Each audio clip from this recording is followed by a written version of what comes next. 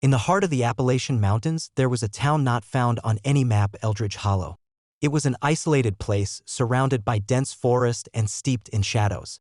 The kind of town where everyone knew everyone else and secrets were hard to keep. Yet, there was one secret that never escaped the lips of Eldridge Hollow's residents, the legend of the HushMan. The story began over a century ago when the town was a bustling mining community. A miner, known only as Jeremiah, was caught in a cave-in, and though the townsfolk searched tirelessly, they never found his body.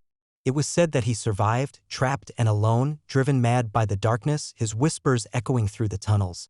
They said he became something less than human, a ghostly figure wandering the abandoned mines, his whispers carrying on the wind. Over time, the mines closed and the story of Jeremiah faded into a chilling local tale told around campfires. That was until the children started to go missing. It was a crisp autumn evening when the first child disappeared, a boy of 7 named Billy. He was playing near the woods at dusk and his mother called him in for supper. Billy never came. They found his toys scattered near the tree line, but no sign of the boy himself. A search party was formed, but it was as if the earth had swallowed him whole. The town was stricken with grief and fear.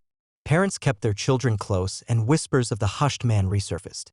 They said you could hear him if you listened closely at night, a soft, indistinct murmur like a conversation heard through thick walls. A year passed with no further incidents, and the tension began to ease. That was until little Susie May didn't come home from school. Her books were found by the old mine entrance, pages fluttering in the breeze. Again, the town searched, and again, they found nothing. It became an unspoken rule: avoid the woods, especially as the sun began to set.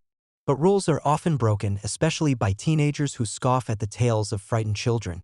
One such teenager was Alex, a skeptic who laughed at the superstitions of the town. He boasted that on the night of the harvest moon he would venture into the woods and prove there was nothing to fear. His friends dared him to do it, half hoping he'd back down. But Alex was determined. The night arrived, a harvest moon hanging heavy and low in the sky. Alex set out, his friends watching from the safety of their porches. He walked confidently at first, the crunch of leaves underfoot and the hooting of an owl the only sounds in the night. As he reached the edge of the woods, he hesitated. The trees loomed tall and dark, the shadows within seeming to shift and whisper. Shaking off his nerves, Alex stepped into the forest. He walked deeper and deeper, the light of the moon growing fainter as the canopy thickened above him. That's when he heard it, a whisper barely audible, like a secret meant only for him. Lost, so lost, it seemed to say. Alex spun around, searching for the source, but there was nothing. No one. He laughed nervously, telling himself it was just the wind. But the whisper grew louder, more insistent. Come, find me. His heart pounded in his chest as he realized the sound was leading him toward the old mine entrance.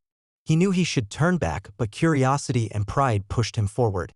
The whispers became a chorus, dozens of voices speaking in unison, guiding him to the gaping maw of the abandoned mine.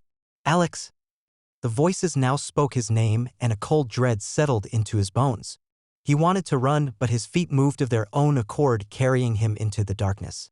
Back in town, Alex's friends waited. An hour passed, then 2. They called for him, their voices swallowed by the night. But Alex never returned. The next morning, the town awoke to the news. Another child gone. Another victim of the hushed man. They searched, of course, but like the others, Alex had vanished without a trace. Now, if you visit Eldridge Hollow, you'll find a quiet town, its people wary and watchful as the sun dips low.